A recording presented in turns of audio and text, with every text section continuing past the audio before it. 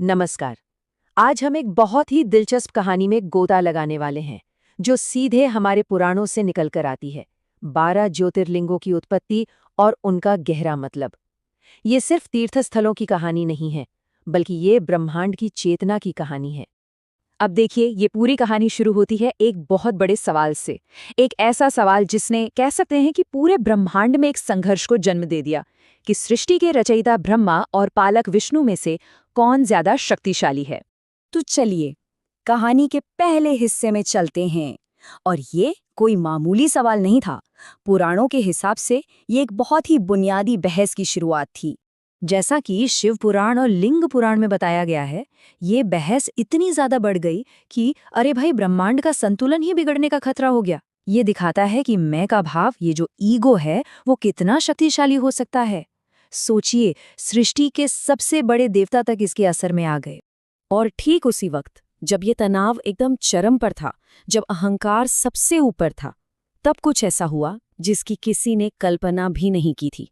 एक तरह का डिवाइन इंटरवेंशन जिसने इस पूरे विवाद को हमेशा के लिए बदल कर रख दिया। तो जरा सोचिए, एक ऐसा प्रकाश का स्तंभ, एक पिलर ऑफ लाइट जो बस फैलता ही जा रहा था, जिसका ना कोई आदि था ना कोई अंत। मतलब कहाँ से शुरू हो रहा है, कहाँ खत्म हो रहा है, कुछ पता नहीं। इसकी विशालता और इसके तेज ने ब्रह्मा और विष्णु दोनों को ही हैरान कर दिया, और उनका ध्यान अपनी लड़ाई से हटकर इस महान रहस्य की तरफ खिंच गया। तो फिर दोनों ने मिलकर फैसला किया कि इस स्तंभ के रहस्य को सुलझाया जाए। विष्णु जी ने क्या किया? उन्होंने एक शक्तिशाली वराह यानी जंगली सुअर का रूप लिया और उसकी जड़ खोजने के लिए नीचे पाताल की ओर चल पड़े। वहीं दूसरी तरफ ब्रह्मा जी ने हंस का रूप धरा और उसकी चोटी तक पहुंचने के लिए ऊपर आसमान की ओर उड़ चले। अब सोचिए, हजारों साल बीत गए, लेकिन दोनों में से कोई भी उसका सिरा नहीं ढूंढ पाया। जब वो थक हार कर अपनी हार मानकर लौटे, तब उस प्रकाश स्तंभ से स्वयं भगवान शिव प्रकट हुए, और उन्होंने ही बताया कि ये स्तंभ कोई और नहीं बल्कि उन्हीं का अनादि और अनंत स्वरूप है, जो हर सीमा, हर कल्पना से परे है। अब कहानी का सबसे दिलचस्प मोड़ तो यहाँ आता है। ये जो पूरी घटना थी, ये सिर्फ एक पौराणिक कथा बनकर नहीं रह गई। माना जाता है कि धरती पर 12 ऐसी खास जगह हैं जहां उस अनंत प्रकाश स्तंभ ने अपनी ऊर्जा को स्थापित किया। और यही 12 स्थान आज पवित्र ज्योतिर्लिंग कहलाते हैं।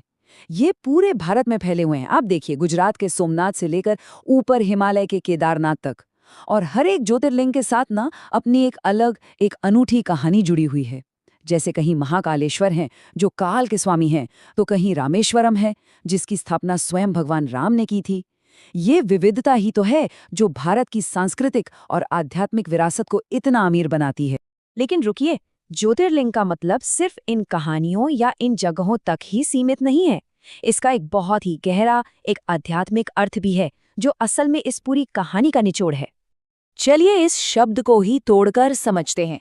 ज्योतिर्लिंग, ज्योति का मतलब तो हम सब जानते ही हैं, प्रकाश। लेकिन यहाँ इसका मतलब है शुद्ध, अनंत चेतना, प्योर इन्फिनिट कॉन्शियसनेस। और लिंग का अर्थ है चिन्ह या प्रतीक।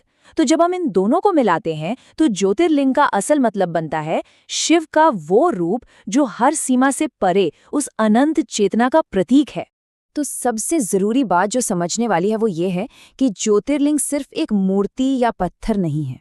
नहीं, बल्कि ये उस परम चेतना, उस सुप्रीम कॉन्शियसनेस का प्रतीक है, जिसका कोई आदि अंत नहीं है, बिल्कुल उसी अग्निस्तंभ की तरह। और ये पूरी कहानी हमें एक आखिरी सवाल पर लाके छोड़ देती है कि क्या ब्रह्मा और विष्णु के अहंकार की ये कहानी सिर्फ एक पौराणिक कहानी है, या फिर ये इस सार्वभौमिक सच का प्रतीक है कि असली बड़प्पन किसी रूप या शक्ति में नहीं, बल्कि उस अनंत चेतना को महसूस करने में है, जो हर सीमा और हर अहंकार से परे है। वाकई सोचने के लिए एक बहुत गहरा विचार है ये।